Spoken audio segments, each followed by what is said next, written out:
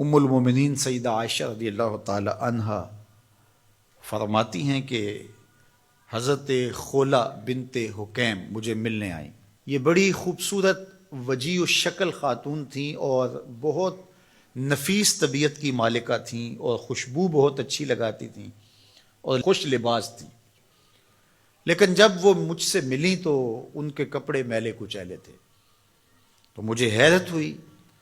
تو میں نے کہا کہ یہ کیا میں دیکھ رہی ہوں؟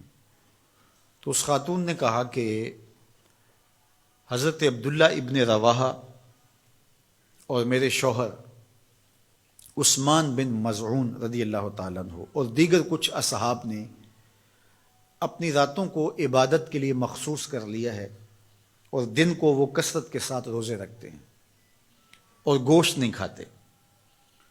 تو میں بھی پھر ذرا اپنے آپ کو اس طرح سے آراستہ نہیں رکھتی کہ ان کا جو ذوق عبادت ہے اس میں میرا لباس مخل نہ ہو اور ان کی توجہ میری طرف مبذول نہ ہو۔ ان کا ایک شوق ہے تو اس شوق میں لگے رہیں۔ ام المومنین نے ان کے جانے کے بعد یہ بات حضور علیہ السلام کو بتائی کہ خولہ آئی تھیں اور انہوں نے یہ کہانی سنائی ہے۔ اسی وقت حضور ان صحابہ کے لیے نکلے،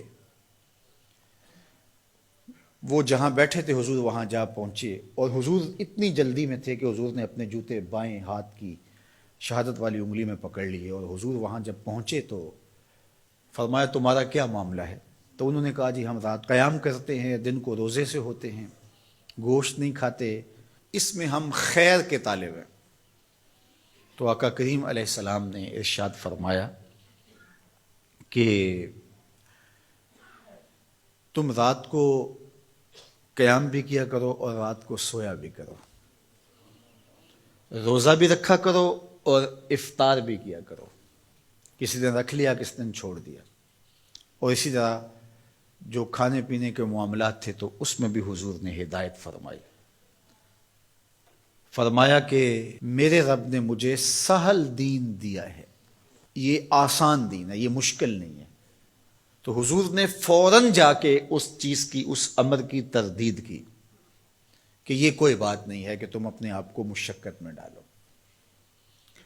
حضرت عثمان بن مظعون رضی اللہ تعالیٰ عنہ نے حضور سے اجازت طلب بھی کی، دوسرا موقع تھا،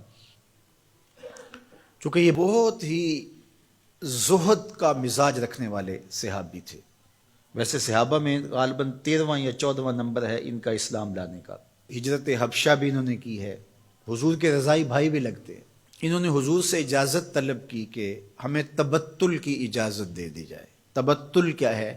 کہ سب سے کٹ کے اللہ کے ہو جائیں، اور یہ جز وقتی تبتل اختیار کرنا، اس کی ہمیں تلقین کی گئی ہے۔ وَتَبَتَّلْ إِلَيْهِ تَبْتِيلًا، اللہ نے قرآن مجید میں اپنے محبوب علیہ السلام سے کہا محبوب کبھی کبھی سب سے کٹ کے اس طرح کا رنگ اختیار کیا کرو، اور یہ ہمیں بھی تلقین ہے۔ کبھی کبھی دن میں ایک مرتبہ آدھے گھنٹے کے لیے، 2 گھنٹے کے لیے موبائل بھی بند ہو، دروازہ بھی بند ہو، لائٹیں بھی کم کر لی جائیں، مسلح ہوں، آپ ہوں، آنسو ہو اور جذب ہو رہے، اس کا کوئی گواہ نہ ہو، اس کی ویڈیو بنانے کی ضرورت نہیں ہے، اور صبح بتانے کی بھی ضرورت نہیں، رات مجھے بڑا رونا آیا۔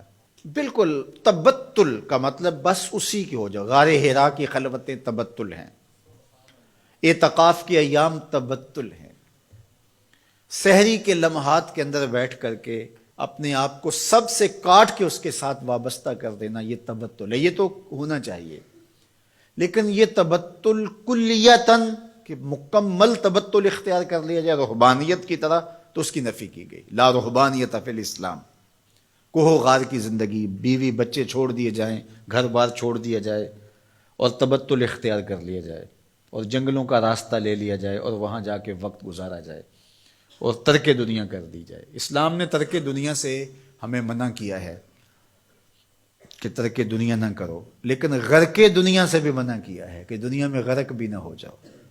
صوفیہ فرماتے ہیں دنیا میں ایسے رہو جس طرح کشتی پانی میں رہتی ہے، کہ پانی میں رہتی ہے لیکن پانی کو اپنے اندر نہیں آنے دیتی، کیونکہ کشتی پانی میں رہے تو خود بھی تیرے گی، اپنے اوپر بیٹھنے والوں کو بھی ساحل پہ لگائے گی، لیکن اگر پانی کشتی میں آ گیا تو کشتی کو لے ڈوبے گا، کشتی کے مسافروں کو بھی لے ڈوبے گا۔ کہا تم دنیا میں رہو، دنیا تمہارے اندر نہ رہے۔ اگر دنیا تمہارے اندر آ گئی تو پھر تمہارا کچھ بھی باقی نہیں بچے گا۔ من نظر الی الدنیا نظر الحب اخرج اللہ تعالی من قلبہ نور الیقین والزہد۔ جو دنیا کی محبت میں غرق ہو جاتا ہے، اللہ اس کے دل سے زہد اور تقوی کے نور کو کھینچ لیتا ہے، پھر اس کے پلے کچھ بھی نہیں رہتا۔ تو یہ بھی منع کیا گیا ہے۔ لیکن دنیا ہی ترک کر دی جائے، دنیا ہی چھوڑ دی جائے اور کوہ و غار کی زندگی اختیار کی جائے، تو انسان کو اللہ نے بنایا ہی اسی لیے ہے کہ اس سے افزائش نسل ہو، معاشرت پیدا ہو، احکام شریعہ ہیں۔ جمعۃ المبارک فرض کیا گیا ہے سوائے مسافر کے اور مریض کے اور عورتوں کے، تو یہ اجتماع اسی لیے کیا گیا ہے۔ حج فرض کیا گیا، اجتماع ہے۔ جماعت کا کہا گیا ہے، اکیلے پڑھنے کے بجائے جماعت سے آگے پڑھو۔ تو یہ تو سالے معاشرے کے قیام کے لیے ساری چیزیں ہیں، تو تبتل سے منع کر دیا گیا۔ اور صحیح بخاری میں ہے کہ فرماتے ہیں اگر ہمیں حضور تبتل کی اجازت دے دیتے، صحابی فرماتے ہیں لختصینا، تو ہم اپنی مردانہ طاقتیں ختم کر لیتے اور ہم بالکل کٹ جاتے دنیا سے، لیکن حضور نے اس کی اجازت تبتل کی نہیں دی ہے۔